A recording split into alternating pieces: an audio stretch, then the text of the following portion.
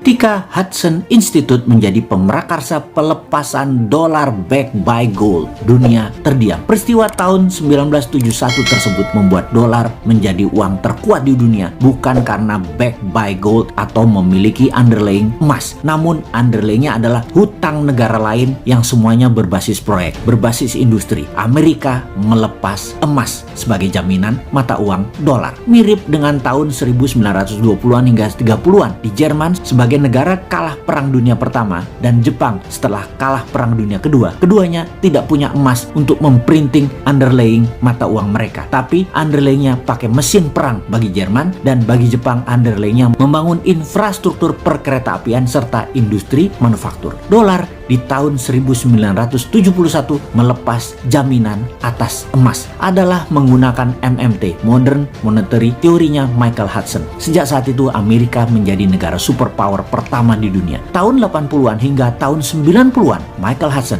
adalah guru besar yang mengajar di kampus di Peking University, di mana hampir semua petinggi politbiro yang saat ini menjabat di Tiongkok adalah murid beliau. Setidaknya mereka semua memahami hal yang sama, yaitu MMT. Sehingga di tahun 1989 pertama kalinya Deng Xiaoping ambil posisi ekonomi dengan mendemokratisasi uang renminbi pakai proyek underlyingnya. MMT dipraktekkan di Tiongkok sejak saat itu. Kedua negara tersebut saat ini menjadi dua negara besar. Yang satu, Amerika, sudah menjadi negara superpower, bahkan dengan kekuatan teknologi, paten, dan free thinking country terbebas di dunia. Amerika belum terkalahkan. Sebagai murid Hudson tidak langsung, karena saya hanya mengikuti buku-bukunya dan belajar dari muridnya Hudson, salah satunya belajar dari Stephanie Kelton, maka sejak 6 tahun yang lalu si Sontoloyo ini menyatakan akan membuat negara Indonesia menjadi negara sejajar dengan dua negara besar tersebut, dan di tahun 2045 akan menjadi negara terkuat di dunia di atas dua negara tersebut. Dan alasannya apa? Alasannya Indonesia memiliki 4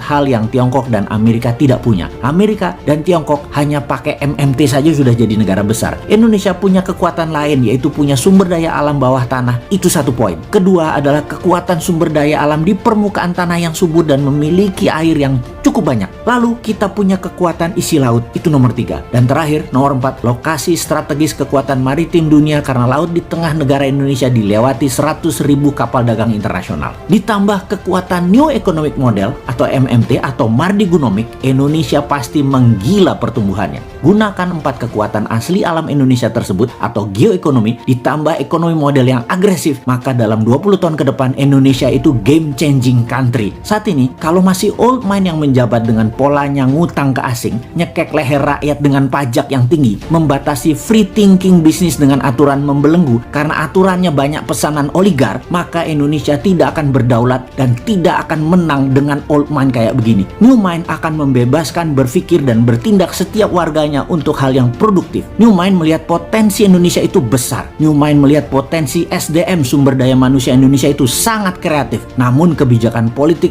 parlemen, dan partai membelenggu kreativitas dan potensi. Musuh terbesar bangsa Indonesia adalah sistem politik yang membatasi manusia berkompetisi berdasarkan prestasi dan potensi. Harusnya pilihan politik apapun yang diambil silahkan, tapi menjalankannya adalah mereka yang memiliki visi, potensi, dan kemampuan kelas dunia. Jangan sampai yang dekat dengan pejabat yang dipilih, tim pemenangan yang dipilih, yang memodali yang dipilih, buzzer yang dipilih, yang pinter nyenengin dirinya yang dipilih, yang melindungi dirinya dari pejabat agar selamanya berkuasa itu yang dipilih. Itu yang mendapat jabatan. Jangan itulah. Itu nggak ngurusi rakyat namanya, nggak ngurusi negara namanya. Makanya New Mind selalu bertanya, kok tahun 2024 lama bener ya?